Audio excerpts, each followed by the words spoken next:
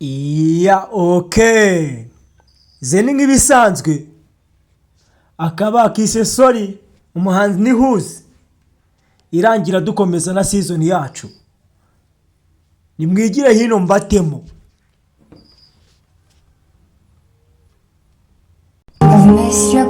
Ati mfite message ikoruzo ya za mezi menshi ashize. Ntabwo nzi ukuntu umeze. Kubera ko buri gihe abantu bankunda mbafata nk'imitako. Njya mpindura ibitekerezo byanjye buri munsi. Ntabwo mbatsobanura ko mba nkugerageza. Gusa ndacyaza umunsi w'amavuko n'indirimbo mu wakunda. Wihangane mukunzi wanjye namenye. Wihangane ntabwo nakigera nizera. Ko hari umuntu watangiye kunkunda. Wihangane mukunzi namenye. Wihangane nabaye impumyi. Ntabwo nsobanura kugusiga. N'ibintu byose twari dufitanye inyuma. Aka karangira dukomeza season yacu 1899 episode ya kabiri. Don't miss people. Ndiruka nkajya kuri ibintu ari byiza. Gusa ntabwo nigira nsobanukirwa impamvu ujya undeba gutyo. Burya nta muntu n'umwe ujya ubindeba. Bigaragara nkaho nawaje umutima wawe. Ubujiji bwanjye bwongeye bwamfashe nanone. Nanone kubibona bigitangira.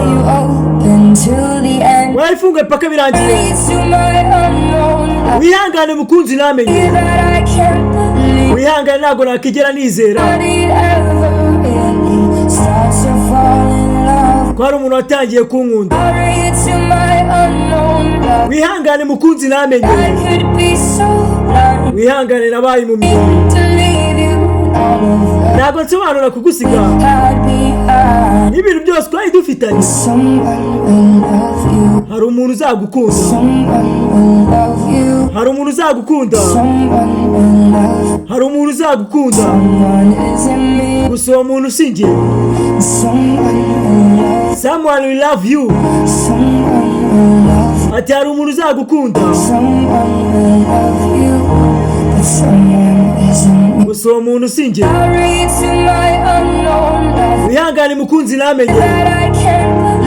Wihangane ntabwo nakigera nizera. Ko hari umuntu watangiye kunkunda. Wihangane mukunzi namenye. Wihangane nabaye impumyi.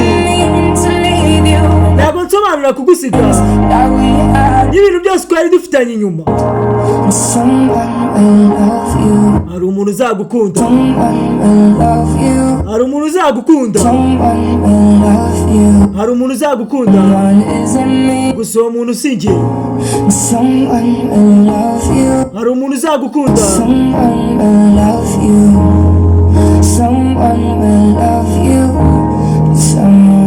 But someone is in me. Uwo muntu usinjye.